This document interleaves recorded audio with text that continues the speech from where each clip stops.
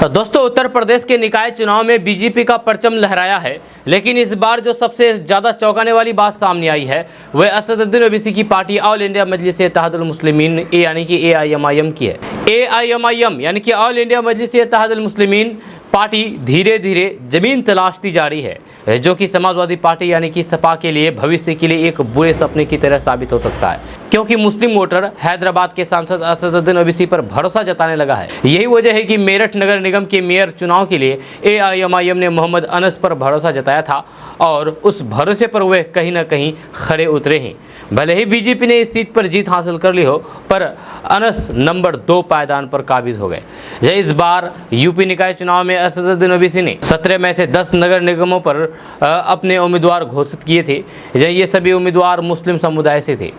ओवैसी ने मेरठ से मोहम्मद अनस, गाजियाबाद से शहनाज मलिक, अलीगढ़ से गुफान नूर, मथुरा से मोहम्मद आरिफ, बरेली से सरताज अली, मुरादाबाद से मुस्तफा अंसारी, कानपुर से सहाना परवीन न्याजी, अयोध्या से रेहान सिद्दीकी, प्रयागराज से नकी खान और गोरखपुर से कैश अंसारी को टिकट दिया गया था। हाथरस जिले में नगर पालिका चुनाव में ओवैसी की पार्टी ने बीजेपी प्रत्याशी को चुनाव हराया है।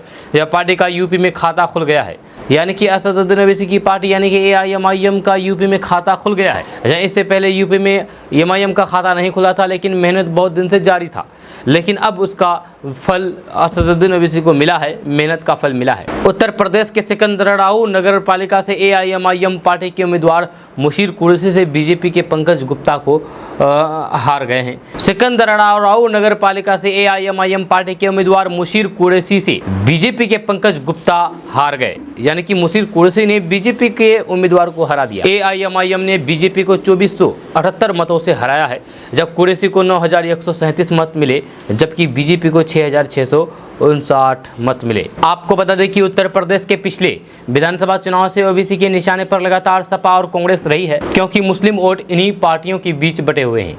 जहां उन्होंने अक्सर रैलियों में बोला है कि मुसलमान अब अखिलेश यादव की पार्टी सपा के लिए दरी बिछाना बंद कर दें और अपनी आवाज़ बुलंद करके एक बेहतर विकल्प AIMIM की ओर देखें, जो उनका कल्याण के लिए काम करेगा। आपको बता दें कि असदुद्दीन ओवैसी ने जिस वोट के लिए पसीना बहाया है वह अब उनकी बातों को पसंद करने लगा है। राजनीतिक जगत के जानकारों का मानना है कि आगामी लोकसभा चुनाव में वह यूपी में एक अहम भूमिका निभा सकते हैं और इसका फायदा बीजेपी को पहुंचा सकते हैं। राजनीतिक जगत के जानकारों का मानना है कि आगामी लोकसभा चुनाव में वे यूपी में एक अहम भूमिका निभा सकते हैं और आने वाले समय में समाजवादी पार्टी और बहुजन समाजवादी पार्टी को एक बड़ा झटका दे सकता है असदुद्दीन ओवैसी।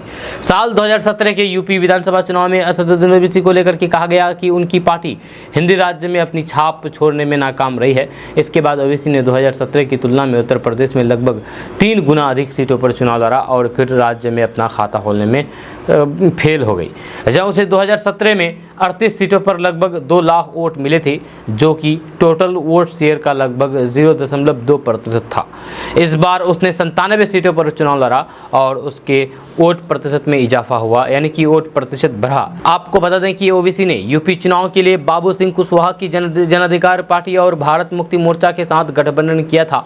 चुनाव आयोग के आंकड़े के मुताबिक AIMIM ने यूपी विधानसभा चुनाव में मोटे तौर पर 3,40,000 वोट हासिल किए हैं। इसके बाद भी कहा गया है कि ओवैसी मुस्लिम वोटर को रिझाने में नाकामयाब रहे, लेकिन पार्टी कछुए की चाल से अपना दायरा बढ़ाती जा रही है, यानी कि असदुद्दीन ओवैसी की पार्टी AIMIM धीरे धीरे जमीन पर फैलती जा रही है, धीरे धीरे जमीन पकड़ती जा रही है, जो कि एक नई चुनौती बनकर के उभर रही है। और इसमें सबसे ज़्यादा खतरा समाजवादी पार्टी, बहुजन समाजवादी पार्टी और कांग्रेस को है, जहाँ कांग्रेस के लिए ये किसी खतरे की घंटी से कम नहीं है। दोस्तों, ये अपडेट बस यहाँ तक। इसके बारे में अगर आप कुछ कहना चाहते हैं तो नीचे कमेंट बॉक्स में कमेंट करके जरूर कह सकते हैं। साथ ही आपको बता दूं कि अगर आप हमारे चैनल पर नए हैं तो फिर चैनल को सब्सक्राइब करके बेल आइकन को प्रेस कर दीजिए और साथ ही वीडियो को लाइक कर दीजिए, अपने दोस्तों के साथ शेयर भी कीजिए।